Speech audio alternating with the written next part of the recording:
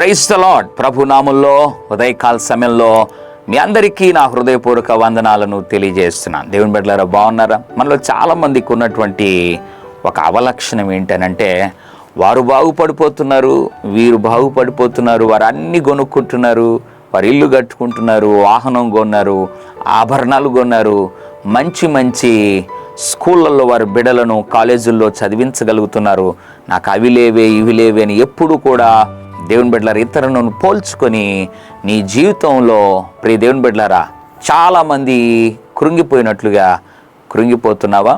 దేవుడు ఉదయకాల సమయంలో ఒక అద్భుతమైన మాటను జ్ఞాపకం చేయాలని ఆశపడుతున్నాడు.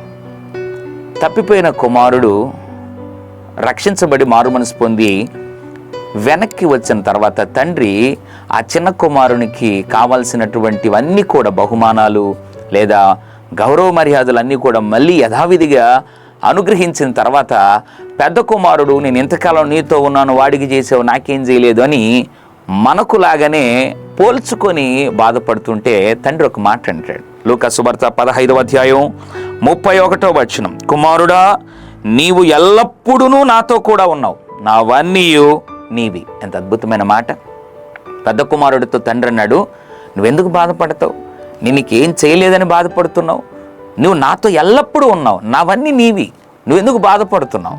వాడు తప్పిపోయి చనిపోయి మరలా వచ్చాడు, లేదా చనిపోయి మరలా బ్రతికాడు, తప్పిపోయి మరలా ఇంటికి వచ్చి రక్షించబడ్డాడు. నీవు ఎల్లప్పుడూ నాతో ఉన్నావు, వాడికి ఏదో నేను ఇచ్చానని నువ్వు బాధపడద్దు, నీవు ఎల్లప్పుడూ నాతో ఉన్నావు, నావన్నీ నీవి.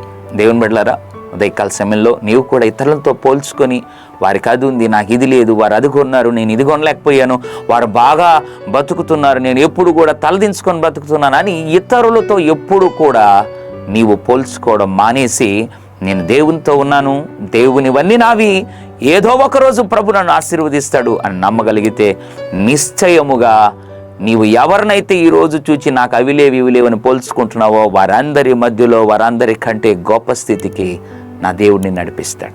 పరిశుద్ధుడా, ప్రేమగల తండ్రి, నీకు వందనాలు.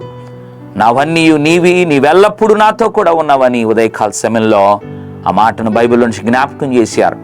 ఎంతమంది అయితే ఇతరులతో పోల్చుకుని కృంగిపోతున్నారో అని జ్ఞాపకం చేసుకుని క్షమించండి. నాయన నీ సన్నిధిలో నీవిచ్చు ఆశీర్వాదాలకు జీవితకాలము వారు కృతజ్ఞులై సాగేవారిగా చేయమని యేసు నామములో ప్రార్థిస్తున్నాం తండ్రి. ఆమెన్. God bless you.